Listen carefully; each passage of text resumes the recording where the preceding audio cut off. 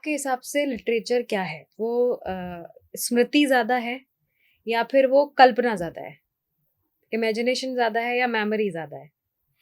अरे! ये तो बड़ा दिलचस्प प्रश्न है। ये एक पुस्तक मुझे दें तो मैं अभी नहीं। हाँ, हाँ। साहित्य, स्मृति, कल्पना, स्वप्न इन सब का एक कॉम्बिनेशन होता है।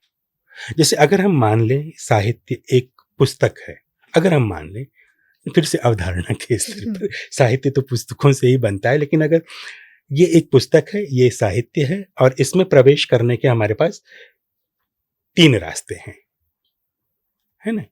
ये स्वप्न का रास्ता है। आप स्वप्न के माध्यम से साहित्य में प्रविष्ट हो सकते हैं।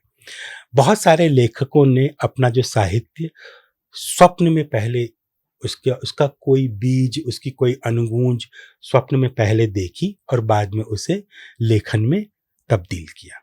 अज्ञेय जेल में थे, उन्होंने स्वप्न में भी देखा था, कुछ कविताएं उनके पास आई थी और उन कविताओं को उन्होंने शब्दों में तब्दील किया। तो साहित्य की रचना स्वप्न से होती है। स्मृति सबसे बड़ी चीज है। कहते हैं कुछ रशियन लेखक तो कहते ही थे कि संसार का सारा साहित्य दरअसल नॉस्टैल्जिया है, स्मृति के प्रति किया गया मोह है। तो हम वो स्मृति को ज्यादा फोकस हाँ, रखते हैं। ये निर्भर करता है कि कौन किस प्रविधि का अधिकतम इस्तेमाल करता है, लेकिन स्मृति भी एक प्रविधि है, एक मार्ग है साहित्य में प्रविष्ट होने का। स्मृति, स्वप्न, स्मृति, कल्पना।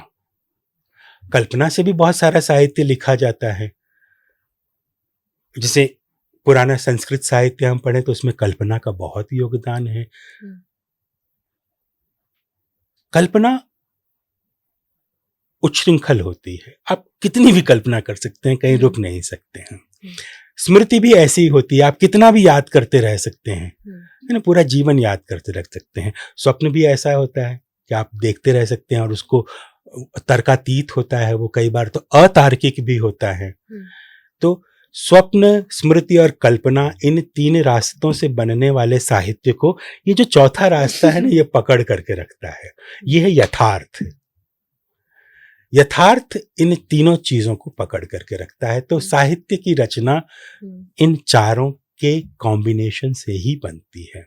इन चारों का एक अनुपातिक मिश्रण साहित्य की रचना में मतलब मुख्य उसका इंग्रेडिएंट बन जाता है। स्मृति, स्वप्न, कल्पना और इन सबको बहकने से रोकने वाला यथार्थ, जो जिससे कवि भागते रहते हैं।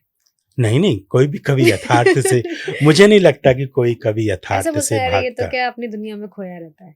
नहीं, जो अपनी दुनिया में खोया हुआ रहता है वो दरअसल यथार्थ के धरातल पर खड़े होकर के ही खोता है। वो मतलब अधर में खोना बड़ा मुश्किल काम है। वो शायद कोई साधना लग सकती है, लेकिन मुझे ऐसा लगता है कि यथार्थ के बिना, यथार्थ पर पैर टिकाए बिना अच्छी कविता, अच्छा साहित्य, अच्छी कला थोड़ा मुश्किल होती है।